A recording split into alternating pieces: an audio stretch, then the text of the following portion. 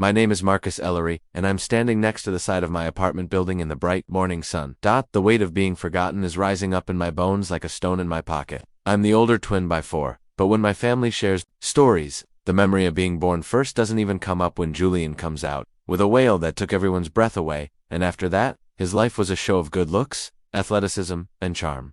Those are the words they still say about him when they get together with me. I was always the footnote, the shadow. They forgot about my twin. I made my world out of code, cables, and computers. A place where names don't matter as much as faces, then function and uptime. In that area, I'm in charge, and it doesn't punish me if I don't score a touchdown or nail the after my split from Riley. They told me I was a burden, and I remember how my mom's smile made me feel. When she talked about Riley's leaving, her lips got tight, and her voice cut off the last word of the sentence as if she were angry. They taught her to say that after they told me I couldn't have children because I had broken my father's shoulders. Sagged when he talked about how a doctor's report had said I couldn't have children, like a broken machine. And when I stopped when they saw each other, they told each other that I wasn't thankful because I had a grudge and chose to nurse my hurt ego instead of being grateful. Instead of having a holiday meal together, they never asked if I would rather have comfort over silence or respect over being made to eat. Talks. But they had no idea that I was quietly and purposely making something while they were out. Julian's wins, grants, and marriage proposal in the rose garden while I was at my desk in a dimly lit home office, putting the finishing touches on Silent Echo, a channel I created because I needed it, a digital home for guys who are dealing with emotional abuse, betrayal, and self-doubt. The first time I saw it, my hands shook. Started a live stream and talked about how my family had pushed me. My voice cracked through the mic as I did this. Putting that aside, within days, strangers sent me words of thanks, support, and survival that I'd never expect. I never thought my pain could bring people together, but now I know it can. Today is the first time I've brought out my Silent Echo. My heart beats fast when I come out of the basement glow of my screen and into the light of my life. I wear a black suit when I'm trying to turn over because I don't want any loud ties or pocket squares to get in the way.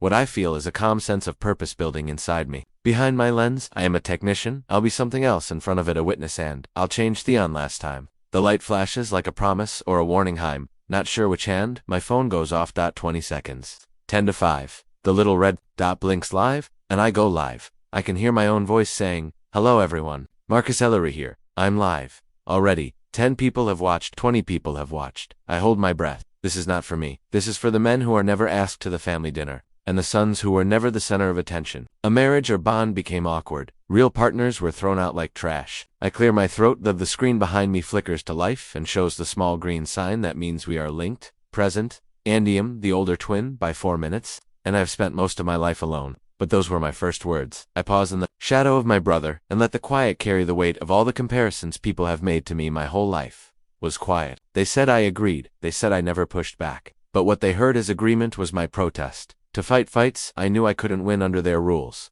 Even though Julian's successes filled every room I had, accomplishments, my work in it, didn't get noticed after my split, and when I was told I couldn't have children, they told me my life was over, was broken. They told me I was a burden, and they never asked if I was hurt. I get you texts scrolling in the chat. Thanks for this. You're not alone. My throat gets tight, and I almost choke on the feeling, but I keep going for a long time. When I found out I wasn't the only one who didn't believe them, I stopped. Every word of judgment hurt like a wound. Found thousands of men who felt ignored, pushed aside, or erased, and we started a quiet echo together. I leaned forward. I felt warm from the wood grain of the desk under my hands. I didn't build this channel for looks, but as a home improvement job, a place to share stories and give each other tools and resources to help us remember that our worth isn't based on our ability to have children. I sip my water and let the sound guide my next thought. I'm not here to ask for their tests or family standards. I'm here to show them that they already have my acceptance. And at that moment, I feel my old worries fade away.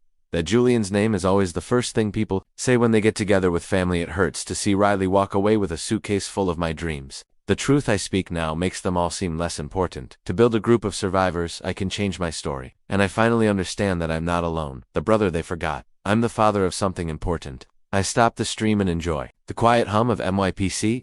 The only sound on the screen. Watcher counts to tens of thousands. People who left comments told me how they saw themselves in my story. Donations of all sizes poured in, laying the groundwork for Thief. I close my eyes and take a deep breath. I can hear the quiet rising of my charity. Now that I don't have that stone in my pocket, I can stand and face whatever comes next. The gold envelope sat on my desk for 3 days before I was brave enough to open it. This time, they'll never forget me. I looked at the thick piece of paper that had Julian's name and a complicated monogram on it that made me feel bad. Elegance.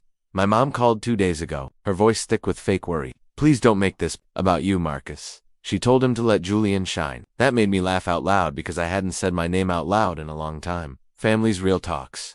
For more than a year, let him shine. They'd been shining all his life on my dim. I learned a long time ago that if I tried to stop their party, they'd just go back to being nice, silence me, and act like I didn't exist.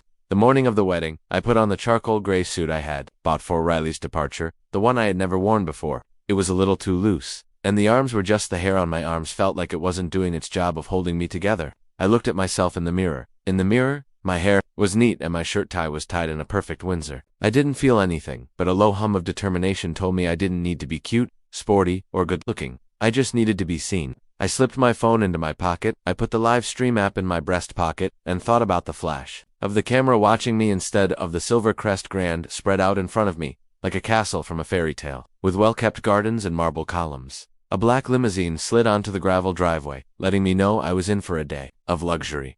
The driver opened my door with a nod. Family table 9. They chose an area for me to sit, and I did. I had learned the swinging doors near the kitchen that were just far enough from the bride and groom to stand out but not be seen. It had been months since I looked at the place online, so this was my first time going inside the banquet hall. Chandeliers that dripped crystals like tears, tables embroidered with gold thread, and a CF white flowers in tall vases, and everywhere I looked, someone was happy for Julian. My dad Ronald caught me, with his arm around my shoulder. His grip was loose like a question mark, and he was still fixing people's computers. Laughed, and I forced a nice smile. I'm still here, I said softly. Well, try to avoid too much tech stuff today. We're here for family. Nodded, but this family was the problem.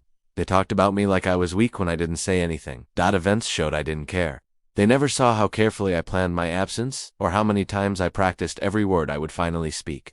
The ceremony was a blur of tears and vows. When the reception started, I found a seat at table 9. My place card looked back at me. It said E. Marcus Ellery B. for Ellery almost lost. My first name got lost in the mix of names. Celeste smiled barely across the table at me before turning her attention to someone else. Bring your attention back to Julian. Isn't it great? She whispered. To her neighbor, I saw her purse her lips and try not to laugh, to be a distraction, and her voice was as fragile as porcelain. I clenched my hands under the table to fight Thief. I felt the urge to say something. I would have kept quiet until dinner time. When polite conversation and forced silence began, I laughed.